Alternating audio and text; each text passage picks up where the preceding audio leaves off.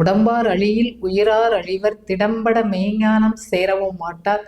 உடம்பை வளர்க்கும் உபாயம் அறிந்து உடம்பை வளர்த்தேன் உயிர் வளர்த்தேனே என்ற திருமந்திரத்தை அருளிய திருமூலரை வணங்கி மதிமுகம் நேயர்களுக்கு எனது பணிவான வணக்கத்தை தெரிவித்துக் கொள்கிறேன். வாழ்க வளமுடன். இந்த சீந்தில் சர்க்கரையை நீங்க பயன்படுத்தும் போது சித்த மருத்துவருடைய ஆலோசனையின் பேர்ல பயன்படுத்துங்க. சீந்தில் கொடியை ஒரு காயகல்ப மருந்து, இதிலிருந்து தயாரிக்கக்கூடிய சீந்தில் சர்க்கரை நீரிழிவு நோய்க்கு சிறந்தது. அது எல்லாமே நான் எப்படி தயாரிக்கணும்னு உங்களுக்கு சொல்லி இருக்கிறேன். பொதுவாகவே குழந்தைகளுக்கு சளி பிடிக்கிறது கூட என்ன பண்ணுவாங்கன்னா, சீந்தில் தண்டை லேசாக தேங்காய் எண்ணெயில் பொரிச்சிட்டு அதுக்கப்புறம் அந்த எண்ணெயை தேய்ச்சி குளிப்பாட்டுவாங்க. அப்போ சளி இதெல்லாம் வராது. அப்படிப்பட்ட சிறப்பு வாய்ந்த இந்த சீந்தில சீந்தில் சூரணமாக எடுத்துக்கலாம், சீந்தில் கஷாய பொடியாக எடுத்துக்கலாம். அதுக்கப்புறம் ஆவாரம்பூ, அதாவது சர்க்கரை நோயில் நம்மளுடைய மசில்ஸ் எல்லாம் வேஸ்ட் ஆகும், புரதம் வெளியாகும். 7 உடற்கட்டுக்கள் சொல்லுவாங்க. சாரம், செந்நீர், ஊன், கொழுப்பு, எலும்பு, மூளை, சுக்கிலம். இந்த 7 உடற்கட்டுக்களால் ஆன நமது உடல் 7 உடற்கட்டுக்களால் ஆனது.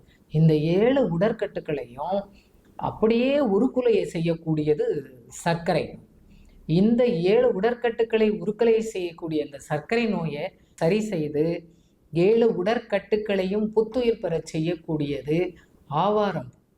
ஆவாரை பூத்திருக்க சாவாரை கண்டதுண்டோன்னு சொல்லுவாங்க. பட் ஆவாரையை போல சர்க்கரை நோய்க்கு மிகச்சிறந்த ஒரு இது ஒன்றும் இல்லை.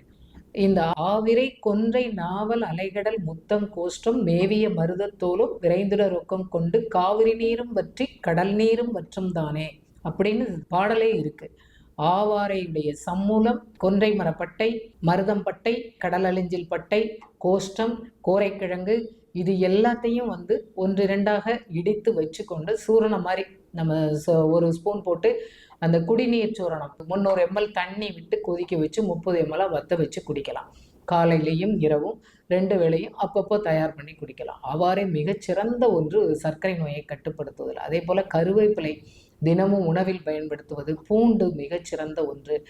இந்த சர்க்கரை நோய்க்காக சிறப்பான சர்க்கரை கொல்லி தீநீர் அப்படிங்கிறது மருதம்பட்டை, லவங்கப்பட்டை, கொன்றை, நாவல், நெல்லிவற்றல் ஆகிய நிறைய மூலிகைகள் கலந்த சர்க்கரை கொல்லி தீநீர் எங்களுடைய மருத்துவமனையில் சிறப்பாக சர்க்கரை நோயை ரிவர்ஸ் பண்ணுறது, டயபெட்டிக் ரிவர்ஸ் பண்ணுறதுக்கு சர்க்கரை கொல்லி தீநீர், மதுமேக சூரணம், ஆவாரை குடிநீர், இதெல்லாம் அவரவர்களுடைய தன்மை, நோயின் தன்மைக்கேற்ப நாங்கள் கொடுக்குறோம். அதோடு சேர்த்து பஞ்சகர்மா சிகிச்சையும் கொடுத்து, இந்த பஞ்சகர்மா சிகிச்சை இந்த சர்க்கரை நோய்க்கான ரிவர்ஸ் பண்ணுறது டயபெட்டிக், இதை எங்கேருந்து எப்படி தொடங்கணும் அப்படிங்கிறத நீங்கள் முறையான ஒரு சித்த மருத்துவரையோ ஆயுர்வேத மருத்துவரையோ அணுகி நீங்கள் தெரிஞ்சுக்கிட்டு இயற்கையான முறையில் பக்க விளைவுகள் இல்லாமல் சர்க்கரை நோயை எப்படி வெல்லலாம். அதே மாதிரி டயபெட்டிக்னால் வரக்கூடிய நெஃப்ரோபதி, டயபெட்டிக் நெஃப்ரோபதி, சிறுநீரக செயலிழப்பு, நியூரோபதி, டயபெட்டிக் நியூரோபதி, ரெட்டினோபதி, ஆன்ஜியோபதி, இதய செயலிழப்பு, இதையெல்லாம் எப்படி ப்ரிவென்ட் பண்ணலாம் அப்படிங்கிறதுக்கு நீங்கள் எந்த நேரத்திலையும் எங்களுடைய மருத்துவமனையை தொடர்பு கொண்டு இலவச ஆலோசனை பெறலாம்.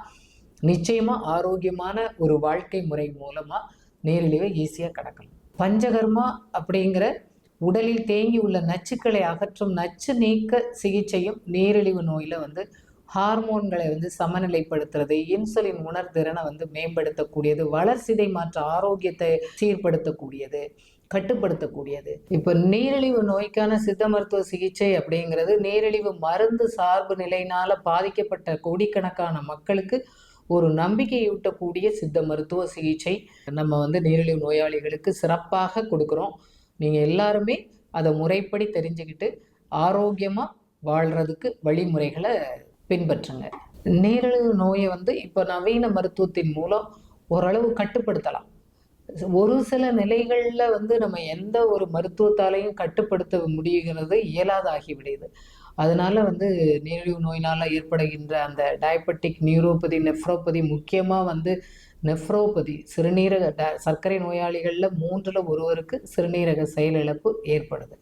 இதை நம்ம ஒரு சவாலாக பார்க்காம முறையான ஒரு சிகிச்சை மூலமாக கணையத்தை பலப்படுத்தி கணைய செல்களை புத்துயிர் பெற செய்து இயற்கையான முறையில் இன்சுலின் சுரப்பதற்கு அறிவுரையும் ஆலோசனைகளையும் எங்களுடைய மருத்துவமனையை அணுகி நீங்கள் எப்போ வேணாலும் தெரிஞ்சுக்கலாங்கிறத சொல்லிக்கிறேன். டயபெட்டிக் பேஷண்ட் எல்லாம் வந்து டெய்லி காலையில் எந்திரிச்சோடனே காஃபி டீக்கு ஆல்டர்னேட்டிவ் என்னன்னு தான் நிறைய பேர் கேட்குறாங்க. சூடாக ஏதாவது காலையில் எழுந்திரிச்சோடனே குடிக்கிறதுக்கு நீங்கள் ஆவாரம்பூ, வேர், பட்டை, அதோட நெல்லி வற்றல், அதுக்கப்புறம் கடுக்காய், வெந்தயம், பசு மஞ்சள் தூள், மிளகு இதை வந்து நல்லா திரித்து வச்சுட்டு ஒரு ஸ்பூன் போட்டு வந்து கொதிக்க வச்சு டீக்கு பதிலாக கொடுக்கலாம். நிழலில் உலர்த்தி பொடி பண்ணி நம்ம பயன்படுத்தணும். இதை வந்து பொதுவாக வந்து கடுக்காய் செரிமானம் மற்றும் நச்சுக்களை நீக்கக்கூடியது, வெந்தயம் சர்க்கரை அளவை கட்டுப்படுத்தக்கூடியது, மஞ்சள் சிறந்த கிருமி நாசினி, ஆவாரம்பூ வந்து சர்க்கரையை கட்டுக்குள் வைக்கிறதுக்கு மிகச்சிறந்தது. நம்ம ஆல்டர்னேட்டிவ் கேட்குறாங்க டயபெட்டிக் இதுக்கு ஆல்டர்னேட்டிவ் இந்த ஆவாரம் பூவை கொதிக்க வச்சு டீயாக குடிக்கிறது ஒரு இது எடுத்துக்கலாம். அதோட நெல்லி வற்றல், கடுக்காய், பசு மஞ்சள் தூள், மிளகு, வெந்தயம் இதையும் சேர்த்து பொடி பண்ணி நிழலில் உலர்த்தி பொடி பண்ணி எடுத்துக்கிட்டோம்னா ஓரளவு உங்களுக்கு ஆல்டர்னேட்டிவாக காஃபி டீக்கு பதிலாக நம்ம பயன்படுத்திக்கலாம். இப்போ நம்ம சர்க்கரை நோயை பற்றி பேசிகிட்டு இருக்கோம். இதை பற்றிய அடுத்த பதிவு இன்னும் நம்ம பேசலாம்.